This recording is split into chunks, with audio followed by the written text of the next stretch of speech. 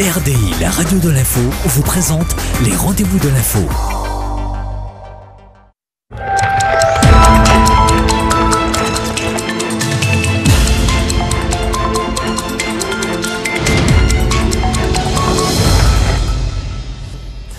Bonsoir à tous, bienvenue dans le rendez-vous de l'info. Ce soir, nos deux invités exceptionnels, une voix exceptionnelle, un talent exceptionnel également, avec Jessica Dorsey qui est là bien sûr pour le Métis Gospel Festival qui commence ce jeudi. Attention, c'est pas le week-end, ça commence ce jeudi, donc jeudi, vendredi, samedi, dimanche. Tout un programme dont Jessica Dorsey en fait partie bien sûr. Fi Afrosia, on peut parler de retour de Fi.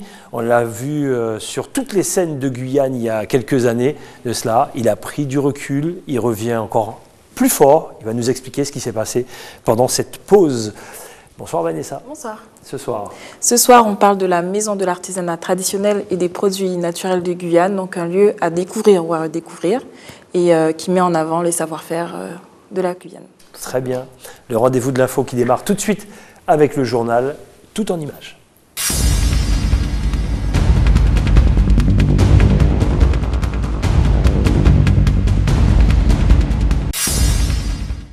La région Guyane tire la sonnette d'alarme. Elle reproche à l'État de renoncer à certains des engagements pris dans le cadre des politiques publiques territoriales, et ce dans plusieurs domaines comme les crédits européens ou l'éducation. Un désengagement inquiétant au vu de la future collectivité unique. Ça s'annonce dans un contexte difficile de par les restrictions ou les diminutions des dotations de l'État. Et que parallèlement à cela, il faut maintenant s'inquiéter des ressources des collectivités, notamment de la CTG, vis-à-vis de la croissance démographique et des retards en équipements structurels. L'État nous verse par dotation régionale d'équipements scolaires l'équivalent de ce que percevait mon prédécesseur en 2009. Ça veut dire que lorsque nous investissons pour 131 millions d'euros, l'État nous donne 63 millions. En Guyane, ce sont environ 13 nouveaux lycées qui doivent voir le jour d'ici 2030. Un défi difficile pour la région qui devra investir près de 850 millions d'euros. Elle compte maintenant sur le pacte d'avenir qui apparaît comme un élément moteur pour continuer à se développer. Nous avons chiffré et proposé d'ailleurs les bases pour le pacte d'avenir. Nous avons eu des débats avec les chambres consulaires. Nous l'avions chiffré nous à 4,3 milliards. Rien sur, non, 4,3 milliards en global, sur environ 7 ans. Rien que pour les routes, en infrastructure, nous étions partis pratiquement à 900 millions.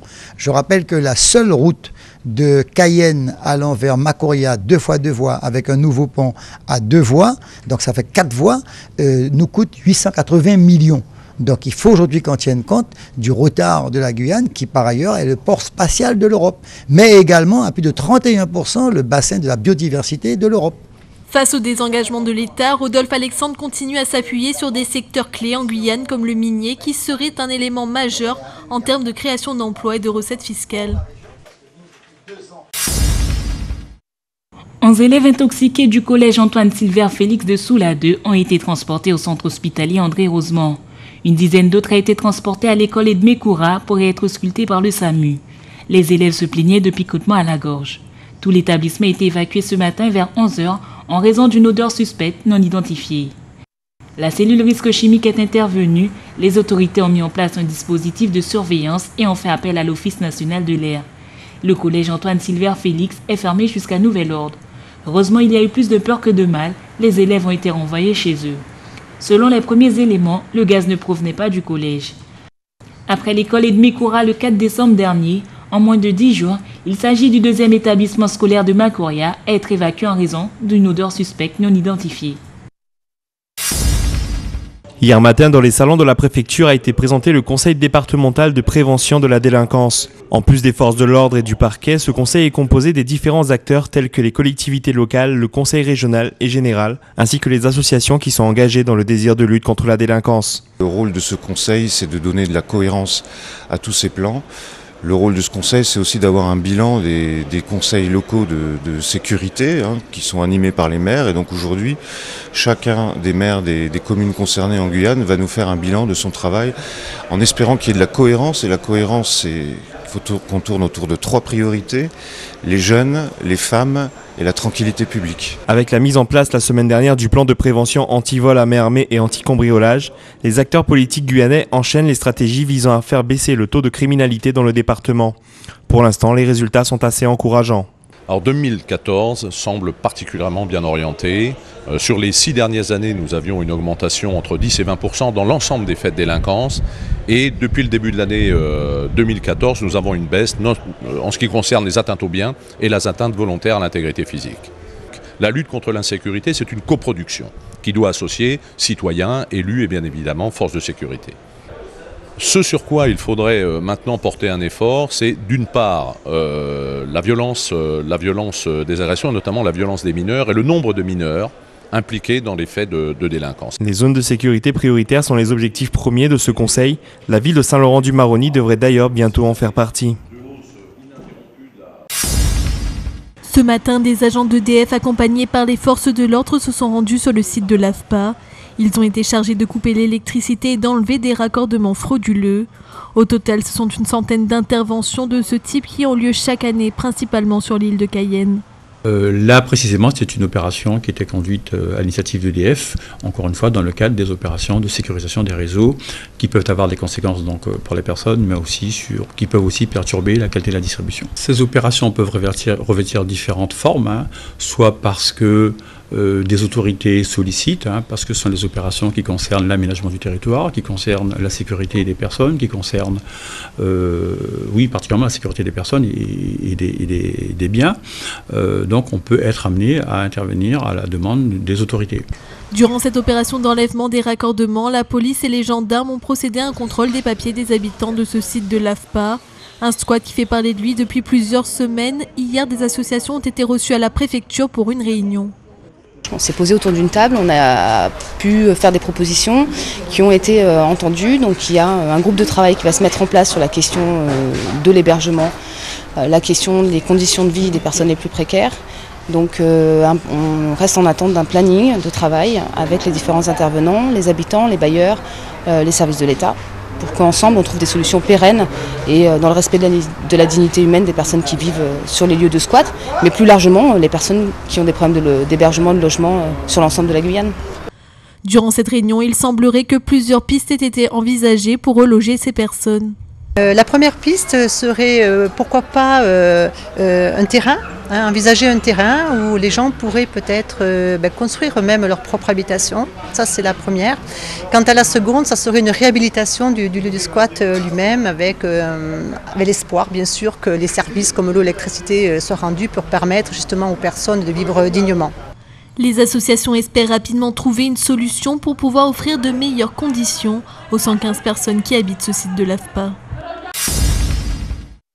L'heure est au bilan pour les actions menées depuis 2010 entre le Brésil, le Suriname et la Guyane.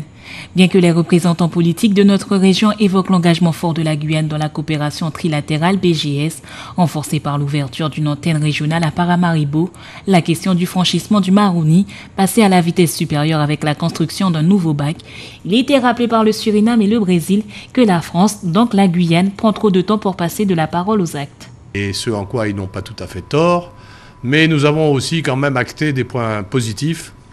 En particulier le fait que grâce à l'intervention de nos structures, on a pu avoir la confirmation de la construction du bac et qu'aujourd'hui nous nous préoccupons de savoir comment faire pour faire passer les marchandises et les voyageurs sur la rivière Maroni. Mais nous avons également acté ensemble la nécessité de faire bouger nos deux gouvernements pour que le pont sur l'Oyapock s'ouvre enfin au commerce international.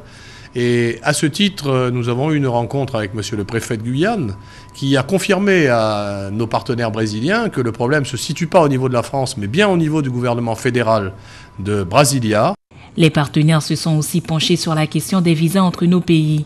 Le préfet a fait savoir que les Brésiliens rentrant par avion en Guyane seront dispensés de visa dorénavant. Nós há pouco estivemos com o prefeito, e Justement, c'est le sujet que nous avons traité cet après-midi avec le préfet. Il nous a fait savoir que les Brésiliens arrivant par avion seront exemptés de visa. Ce que l'on peut dire, c'est que ce sera quelque chose de très positif pour nous, parce que de la même façon que nous comprenons la limitation des Brésiliens qui parfois mettent le désordre en Guyane, nous avons aussi un certain nombre de personnes qui aimeraient bien rentrer pour connaître. Et donc nous pourrons même engendrer des richesses pour la Guyane, avec cette possibilité d'un accès plus facile. Voilà, contrairement à ce qu'on peut penser, nous aimons bien les festivités de façon générale, mais nous exigeons beaucoup de discipline, nous comprenons qu'il y ait des restrictions pour les personnes qui rentrent avec de mauvaises intentions. Des propositions ont été faites pour le prochain PO Amazonie. Une série d'actions est programmée pour une intégration régionale concrète et une mise en place des conditions des échanges commerciaux, prenant en compte les attentes et les besoins des entreprises de Guyane, du Suriname et du Brésil. We hebben in ieder geval voldoende geleerd om. En tout cas, on a appris à continuer avec beaucoup d'optimisme. Il ne faut pas oublier qu'on est dans un processus d'intégration régionale. On est en train de travailler actuellement avec 3 pays et peut-être 4 dans l'avenir. On est en train d'essayer de rendre cette économie plus vivante. En tout cas, on travaille par exemple sur le transport des marchandises pour faciliter ce transport, qu'elle soit produite au Suriname, en Guyane ou au Brésil, pour qu'elle puisse circuler plus librement sur l'ensemble de ce territoire. Le programme opérationnel de coopération transfrontalière Amazonie vise à permettre une meilleure intégration régionale des territoires transfrontaliers, que sont la Guyane, le Suriname et le Brésil. L'ensemble des travaux effectués depuis 2010 ont ouvert de nouvelles perspectives, permis la prise d'engagement nouvelles, la concrétisation et la confirmation du partenariat. La Ligue de rugby de Guyane, en partenariat avec l'UCEP, l'Union sportive de l'enseignement du premier degré, a organisé ce matin au stade de Baduel de Scola Rugby. 5 écoles du premier degré ont participé à l'événement. L'école Massé, Barthélemy, Saba, Stanislas et Yacine. Un événement qui a pour but la découverte et l'initiation au rugby. C'est quelque part le partenariat fait entre la Fédération française de rugby et l'enseignement, la jeunesse et le sport. C'est surtout pour faire découvrir le rugby à des gamins qui ne connaissent pas. C'est surtout l'initiation. De manière à ce que les gamins après se dirigent vers les clubs éventuellement. Il y a 4 clubs en Guyane, 4 clubs représentés où toutes les catégories sont représentées, pratiquement de U6 aux seniors, en passant par les féminines. Le rugby aujourd'hui en Guyane, c'est plus de 600 licenciés hors officiels. Une initiative qui se répartit sur toute la région jusqu'aux communes du Haut-Maroni. Alors c'est une demi-journée dans un calendrier départemental, c'est-à-dire que comme la Coupe du Monde de rugby a lieu cette année en métropole, le sport scolaire, donc l'UCEP, a décidé d'organiser une grande manifestation de rugby pour les scolaires, en partenariat avec la Ligue de rugby. Ce qui permet à M. Fourou, un cadre de la Ligue de rugby, d'intervenir dans les écoles et aux enseignants de préparer une séquence de rugby pour venir sur le lieu de la rencontre avec des élèves préparés. L'UCEP, c'est la pratique de différents sports, de sports innovants, de sports très connus comme le foot ou le rugby. Mais l'UCEP, ça permet aux enfants des écoles de toucher à différentes pratiques pour ensuite, en fonction de leur goût, d'aller dans des clubs. Le rugby aujourd'hui en Guyane peine à sortir de l'anonymat et reste une activité encore fragile. C'est sur ce genre d'action que le comité de rugby guyanais espère former la génération qui demain portera la discipline vers l'avant.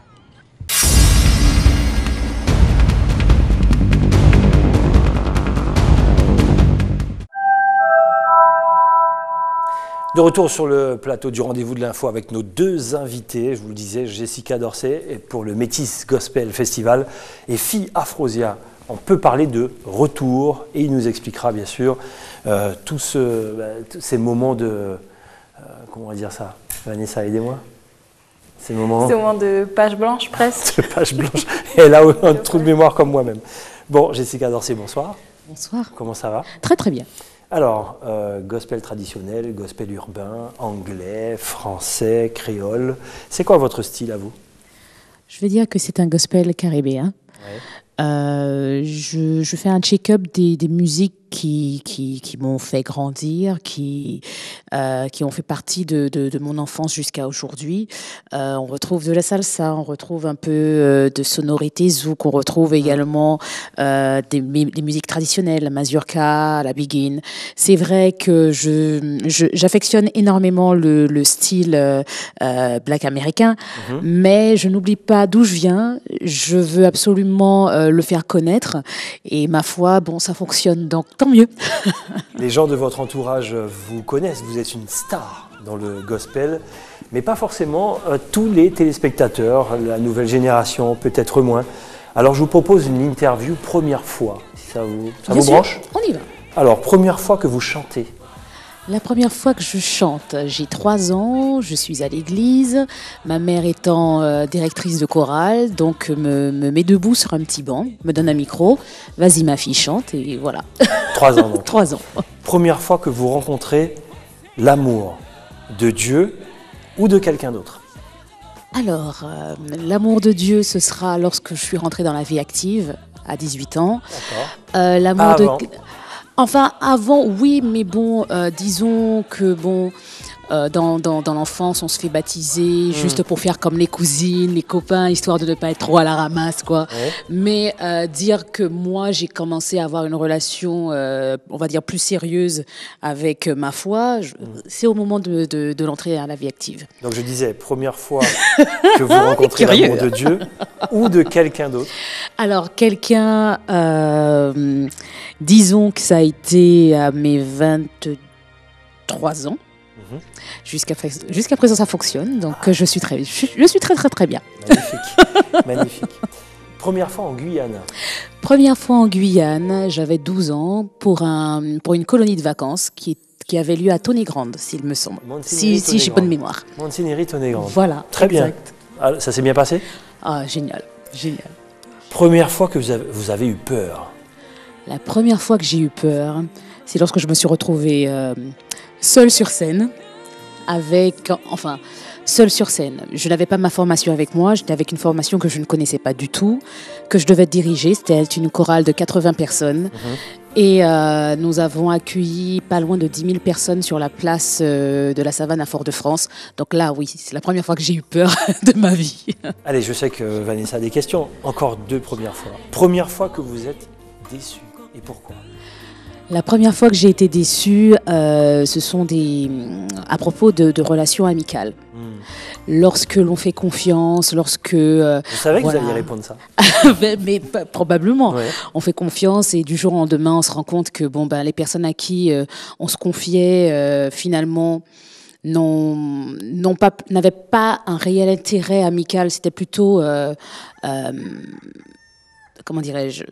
En fait, on me fréquentait parce que, on savait que Jessica passait à la télé, etc., etc. Et franchement, ça fait très mal.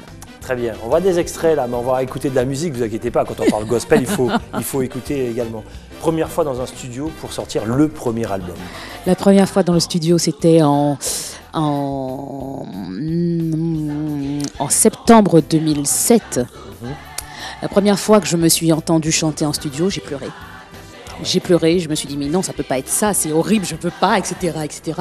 En fait, on a toujours à ce point, oui, parce que on a l'habitude, j'ai plutôt l'habitude de travailler sur scène, en live, voilà. Et lorsqu'on arrive en studio, on entend toutes les imperfections. Et lorsque il y a quelqu'un qui appuie, c'est pas ça, on reprend, c'est pas ça, on reprend, c'est pas ça, on reprend. La rage. Donc oui, là, j'ai pleuré. Mais le résultat est extraordinaire, bien sûr. Combien d'albums, Jessica Dorsey? 2 albums et un single de Noël. D'accord, très bien. On va parler de Noël dans quelques instants. Alors, le nombre d'artistes se reconvertissant dans la musique spirituelle augmente. Donc, est-ce un phénomène de mode ou une vraie nouvelle vie après avoir été touché par une force divine? Alors, je ne vais pas me faire l'avocat du diable. C'est vrai que j'ai un avis bien arrêté à ce sujet. Oui, aujourd'hui, le gospel devient un phénomène de mode parce que on se rend compte qu'il y a un marché, un véritable marché, que ce soit aux Antilles, en Guyane et partout dans le monde d'ailleurs.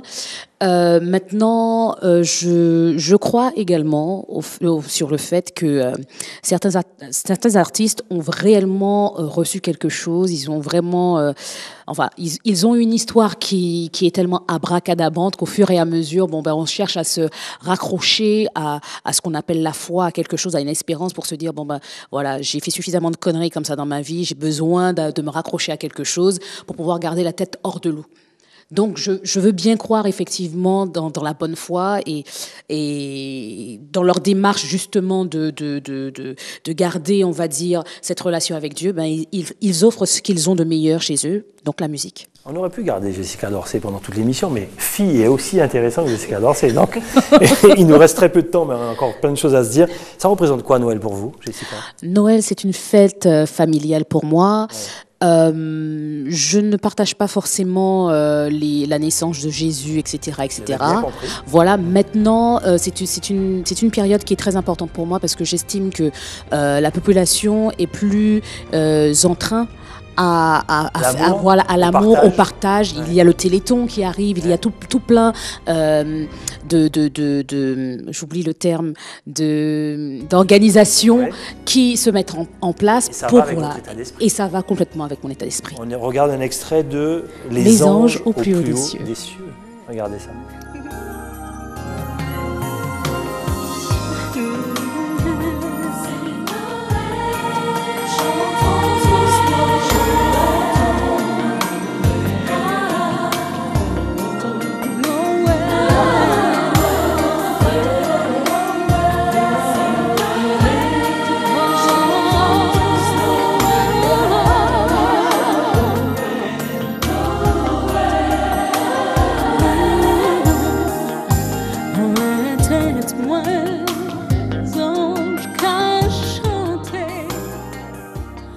Effectivement, on approche de cette période de Noël et arrive aussi cet événement. C'est pour ça que vous êtes là, Jessica Dorsey, pour le Métis Gospel Festival. Quel joli nom, Métis Gospel Festival, parce qu'il y aura toutes les formes du gospel. Exact, oui, exact. Nous allons accueillir donc forcément des chanteurs gospel des USA, The World Group, Whitley Phipps. Il y a également le trio Salvador du Brésil. Il y a également un groupe surprise du Suriname. Il y a donc Gospel Vision Haïti et Gospel Vision Guyane.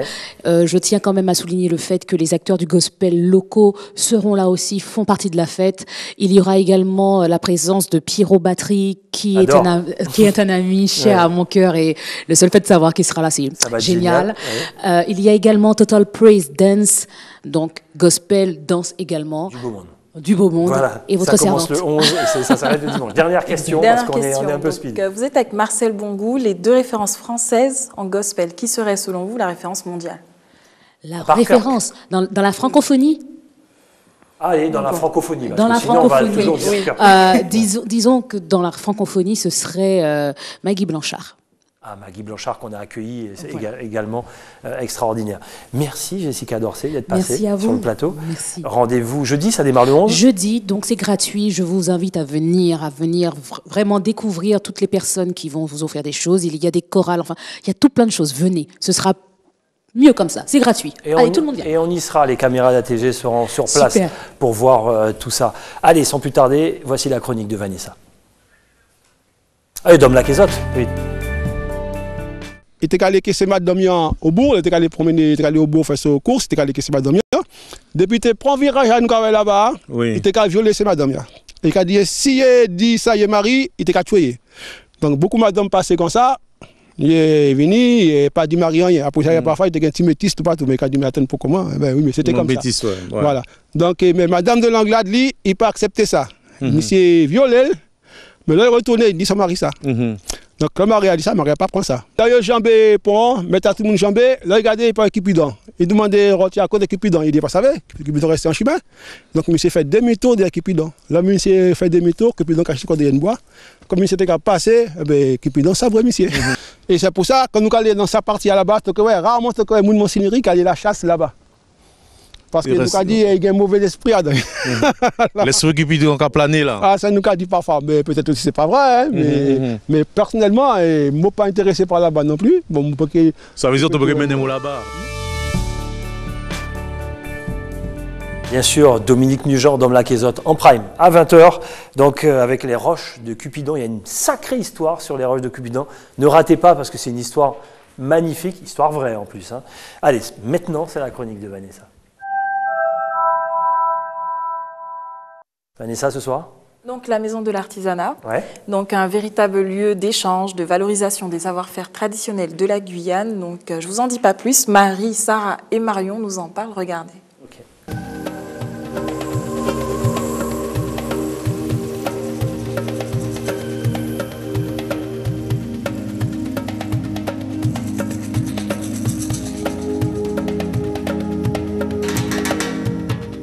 Donc, je me présente, je m'appelle Marie Fleury, je suis ethnobotaniste au Muséum d'histoire naturelle et je travaille à l'IRD en Guyane. Et donc on a créé la Maison de l'Artisanat traditionnel en 2012, donc dans cette jolie maison créole, afin de présenter donc au public l'artisanat qui est fabriqué en Guyane par des artisans donc, qui vivent en Guyane et qui produisent un artisanat vraiment d'une extrême belle qualité. L'idée, c'est pas uniquement bien sûr de vendre l'artisanat, puisqu'on a une association à but non lucratif, hein, c'est vraiment sans bénéfice, mais c'est de mettre en avant en fait toutes ces connaissances, tous ces savoir-faire qui sont produits sur le territoire et qui représentent en fait l'âme de la Guyane finalement, puisqu'en fait cet artisanat c'est un support de toutes les représentations du monde de ces populations qui vivent en Guyane. Et c'est aussi un très fort marqueur identitaire.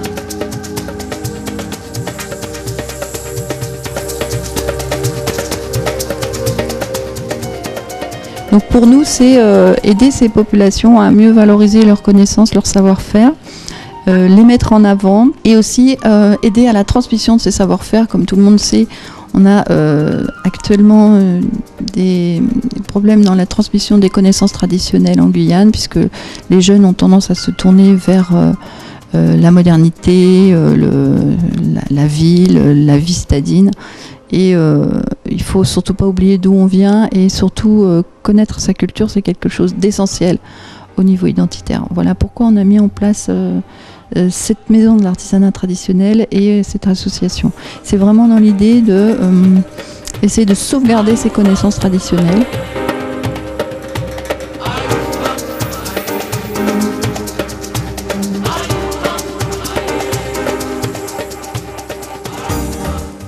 Donc voilà, vous y retrouverez de l'artisanat de qualité produit par les différentes communautés de Guyane. Donc c'est au 11 rue Pichevin à Cayenne, ouvert du mardi au samedi de 9h à 13h.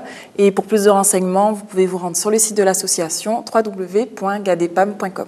Merci Vanessa. Allez, sans plus tarder, notre deuxième invité.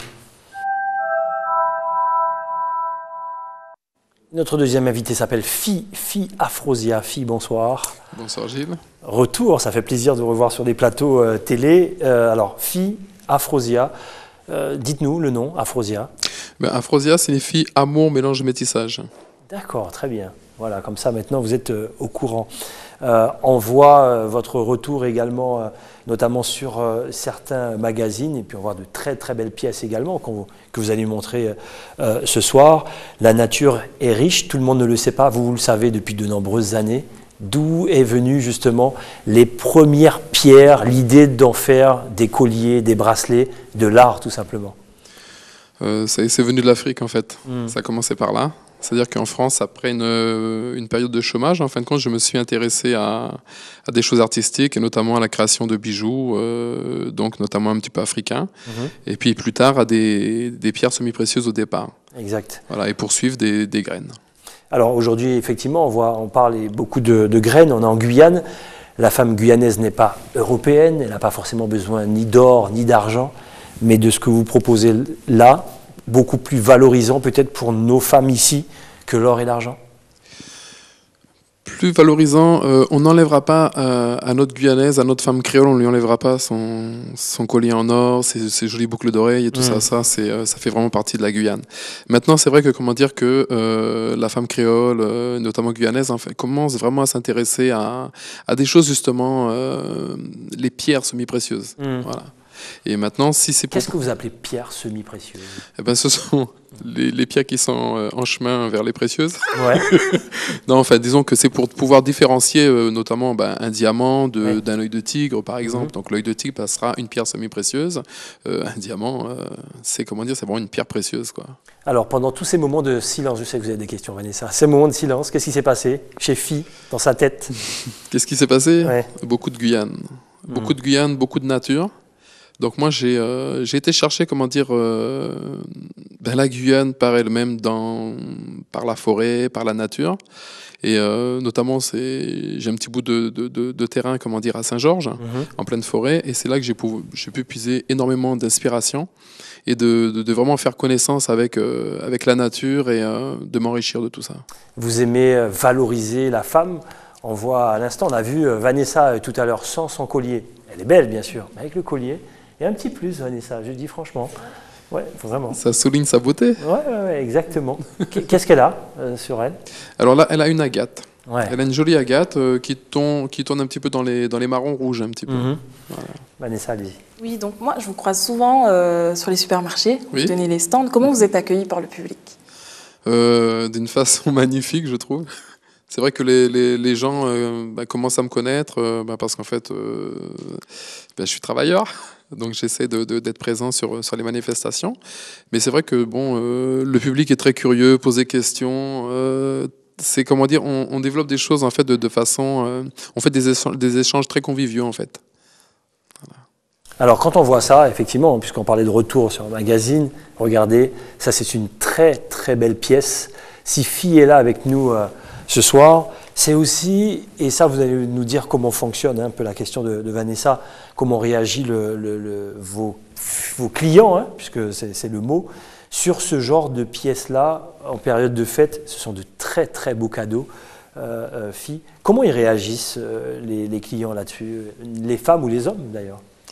Mais en fait, une cliente en fait qui tombe se trouve en face de ce collier en fin de compte, elle va se reconnaître dedans, tout simplement. Donc elle va vraiment voir le travail, elle va vraiment comprendre en fait le travail le temps que j'y ai mis, la réflexion que j'ai eue pour le créer, et elle va vouloir l'acquérir. À une époque, je me rappelle, vous aviez des pierres de Thaïlande. Enfin, qu'est-ce que vous faites? Vous voyagez. Alors bien sûr, aujourd'hui, ici, on parle de graines et autres. Où est-ce que vous récupérez vos graines? C'est quoi? C'est des voyages, c'est des rencontres. Et ensuite, vous créez vos colliers. Vous donnez des noms à vos colliers? Oui. Ouais. Ah oui, souvent. J'ai eu une bonne série de Nefertiti et que de grandes artistes ont porté. Voilà. Et on voit notamment sur le plateau de belles pièces. Vous ne faites pas que ça, filles, vous faites également, moi je vous ai connu à une époque en train d'habiller des stars, des stars de la chanson, du R&B notamment, au-delà de Janet Jackson, les groupes de la Caraïbe, de Guyane également, on se rappelait les débuts de Marie-Lou Coupen, c'est vous qui habillez tout ce beau monde-là. Vous continuez? Bien, je vais recommencer. Ouais. Je vais recommencer. C'est vrai que je vais recommencer pour les artistes en fait qui vont se diriger vers moi, qui vont en avoir envie.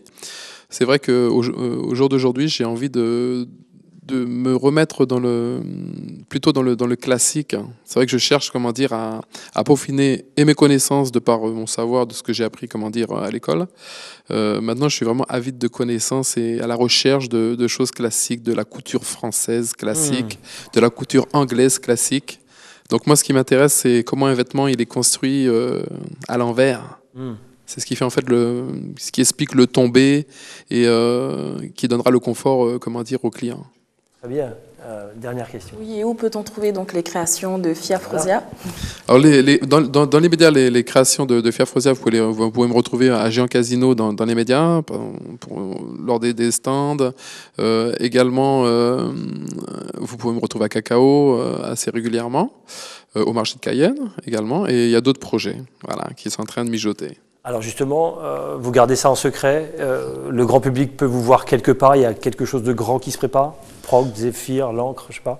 Eh bien, tout ça, c'est un projet. Mais alors, par contre, il y a des choses très, très, très, très conséquentes en termes de création. Moi, pour un retour, j'ai vraiment envie de me faire remarquer. Ouais. Très sincèrement, je vais pas être hypocrite, je vais vous le dire sincèrement. J'ai vraiment envie de me faire remarquer. Et pour cela, en fin de compte, je vais vraiment peaufiner mon travail pour ça. Et faut que ça vaille le détour, quoi. Et c'est pour ça que vous êtes là avec nous ce soir. Et on va suivre ça de très, très près pour votre prochaine sortie. S'il y a des défilés à venir, mais au-delà même, on a bien senti que là, on veut faire de la création parler de haute couture, de haut... Voilà, c'est ça en gros. Hein. Tout à fait, oui. Ouais, on a bien compris. Merci, Fie. Merci. C'est comme ça qu'on se dit au revoir. Fie Afrosia, Jessica Dorsey, nos deux invités de ce soir. Dom Laquezotte à 20h, le journal national et international tout de suite avec BFM. Passez une excellente soirée, à demain.